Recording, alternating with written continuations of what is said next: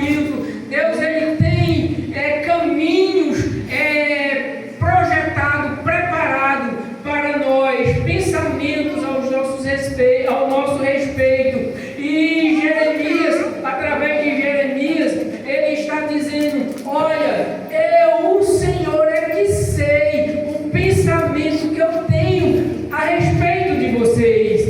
Eu é que sei o pensamento que eu tenho sobre o vosso respeito. E ele vai dizer: são pensamentos de paz, são pensamentos de bem, pensamentos de vos fazer prosperar. E louvado seja o nome do Senhor nosso Deus, meus queridos, que Ele tem projeto, Ele tem planos preparados para nós. Ele preparou um caminho, Ele projetou, Ele tem pensamento aos nossos respeitos. E esse texto que nós lemos aqui, esses dois textos, vai nos mostrar isso, os planos de Deus, os projetos de Deus, os caminhos que Deus preparou para que andássemos dele.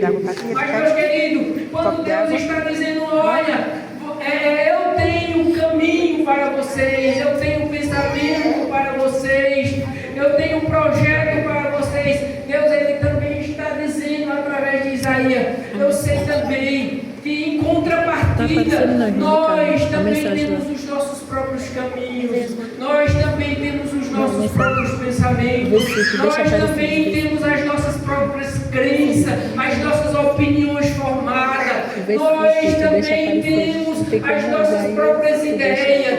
E Deus está dizendo que Ele tem os caminhos dele, Ele tem os pensamentos dele, mas em contrapartida nós também temos os nossos. E quando olhamos diante deste texto, meus queridos, nós vamos ver que quando os nossos pensamentos, os nossos caminhos não estão alinhados com os projetos de Deus, quando os nossos caminhos, nossos pensamentos não estão alinhados com os planos, com os projetos de Deus, aí nós vemos que aí há uma divergência, aí há uma divergência dos planos de Deus para os nossos planos. É como que Deus, Ele projetou um caminho para que andássemos nele, e em contrapartida, em vez de nós irmos para a direita, nós agora estamos tomando outro caminho, indo para a esquerda. Mas bendito seja o nome do Senhor, e Deus é soberano,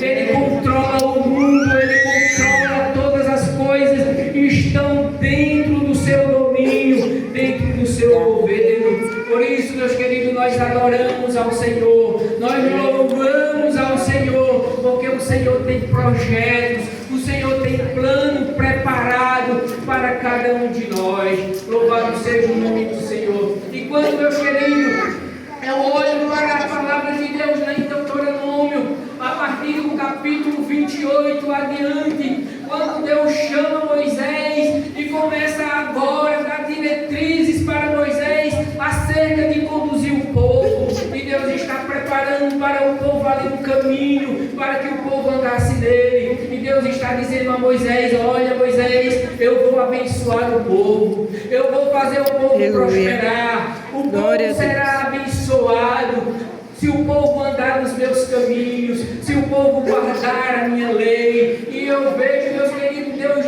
dando todas as diretrizes a Moisés, para Moisés conduzir o povo. Mas quando chega no versículo de número 15 do capítulo 33, Deus chama Moisés e diz: olha, Moisés, hoje eu tomo perante vós os céus e a terra como testemunha, que eu hoje estou colocando diante de vós a bênção e a maldição, o caminho da vida e o caminho da morte. Mas quando Deus, Ele faz todo esse desafio a Moisés, eu olho e vejo a grandeza e o amor de Deus de uma forma tão grande. Mas Deus aconselha Moisés dizendo: Moisés, eu sei que você está aqui representando o povo, e Ele diz: Moisés, escolha, pois, o caminho da vida, Aleluia. para que você e a sua Glória a família. Louvado seja o nome do Senhor. Meus queridos, Deus, Ele mostra o caminho, Deus, Ele dá diretrizes, Deus, Ele ensina, e Deus ainda aconselha dizendo: escolha, pois, o caminho árvore da vida, para que viva você e a sua família. Pastor Marquinhos,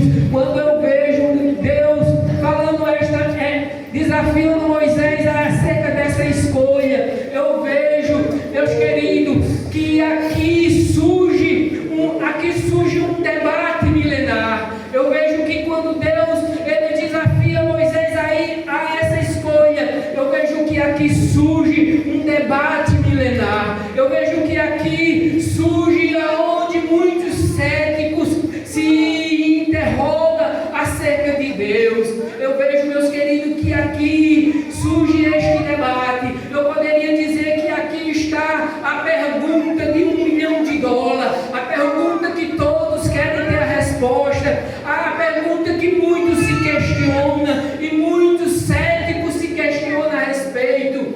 E a pergunta é: se Deus existe, por que Ele permite o sofrimento?